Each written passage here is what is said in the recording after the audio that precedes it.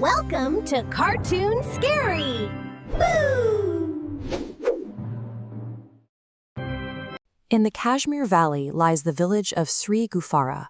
It's a quiet place, but it sits right on the edge of history. Tucked among the everyday homes are the decaying, abandoned structures of families who left long ago, leaving behind empty spaces. In the winter of 2012, a high school student named Alina became the subject of a terrifying medical mystery.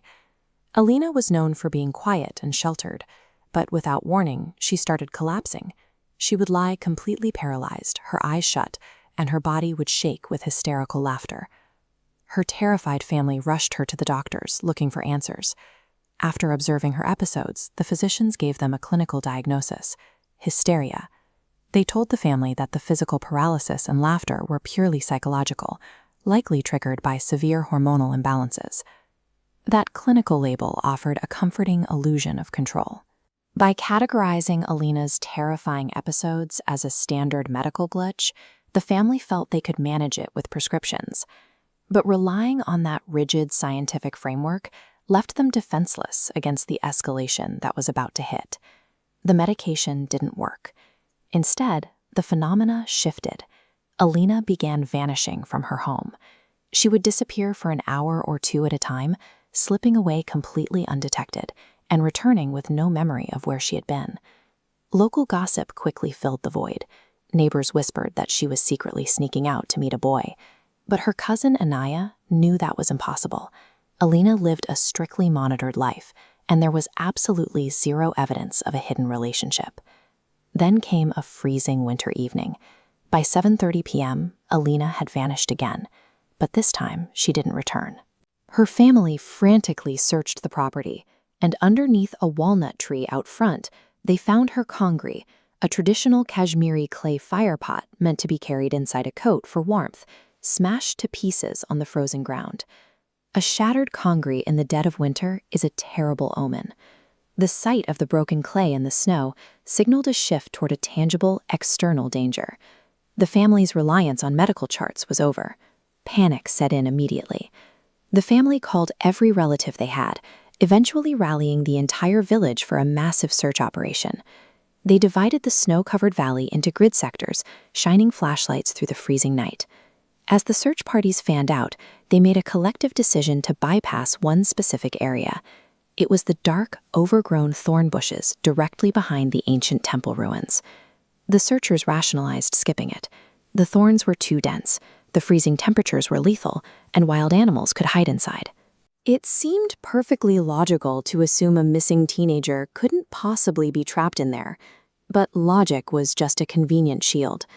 Deep down, human instinct warns us to steer clear of abandoned spaces where old histories linger. The villagers were disguising their primal fear of the ruins as a tactical deduction. At exactly 7:30 the next morning, a muffled scream finally broke the silence. The family rushed outside to find Alina standing beneath the very same walnut tree. Despite the sub-zero winter environment, she was completely soaked in freezing water. The reason for her muffled scream was wrapped around her neck. Her heavy winter scarf was tied into exactly 3 impossibly tight knots. They were drawn so aggressively they were crushing her windpipe, clearly tied by hands much stronger than her own. When her sisters brought her inside to change her freezing clothes, they uncovered the real horrors. Alina's entire body was covered in deep, brutal thorn scratches. The wounds mapped a terrifying journey through the exact terrain the searchers had explicitly ruled out. Once Alina could breathe, she revealed the missing 12 hours. She told them she had been lying paralyzed in those exact temple thorns, watching her family search. An invisible force grabbed her leg, dragging her backward through the brush until she passed out. When she woke up, a transparent entity was dragging her deep underwater, before finally returning her to the walnut tree. The sub-zero soak and the crushing knots on her scarf left no room for a purely psychological explanation. The brutal physical geography of her wounds provided proof that no medical chart could explain. With science exhausted, the family turned to a local Pir Baba, a traditional Islamic exorcist. As the Pir recited verses, holding a wooden stick across Alina's hands, her head snapped back. When she opened her eyes, they were pitch black. A deeply masculine, commanding voice erupted from her throat. The entity identified itself as Aloque, claiming to be the ancient owner of the nearby Damodar temple ruins. This diagram illustrates a strange cultural paradox.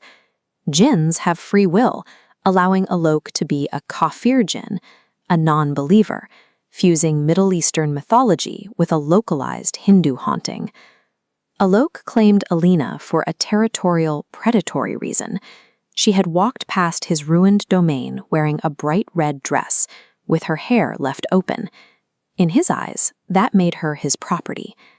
We try to neatly categorize the supernatural with strict religious boundaries, but entities don't respect the cultural lines humans draw. They operate on much older, primal laws, the territorial rules of trespass and possession. The Pir Baba launched a spiritual offensive. He warned the parents to brace themselves, and then began striking Alina's body with his wooden cane. The physical blows were designed to bypass the girl entirely, inflicting severe spiritual agony directly onto the entity trapped inside her. The Jinn laughed through the first round of strikes, eventually faking a retreat, only to kidnap Alina a second time 15 days later. When the family dragged her back, the Pir Baba escalated the violence. He placed a thick blade of iron into a roaring fire, leaving it there until the metal was glowing a brilliant, searing red hot. The moment he pressed the searing metal to Alina's wrist, an unearthly shriek tore through. The iron finally broke the Jinn's arrogant resistance. Desperate to escape the burning iron, Aloque surrendered, but he demanded a bizarre, highly specific ransom. The family had to leave exactly 17 rotis and pieces of raw mutton directly outside his temple ruins. The Pir agreed, but issued a strict warning to the men delivering it.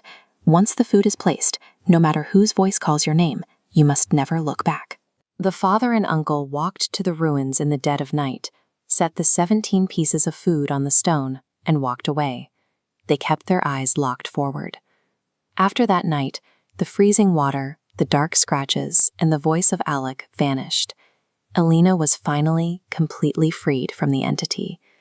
We like to think our modern world is fully mapped, guarded by the hard rules of medical science and the ancient texts of major religions. But the events in Sri Gufara prove there are terrifying blind spots where both systems fail. It's a chilling reminder that forgotten, abandoned spaces don't belong to us, and they demand absolute respect.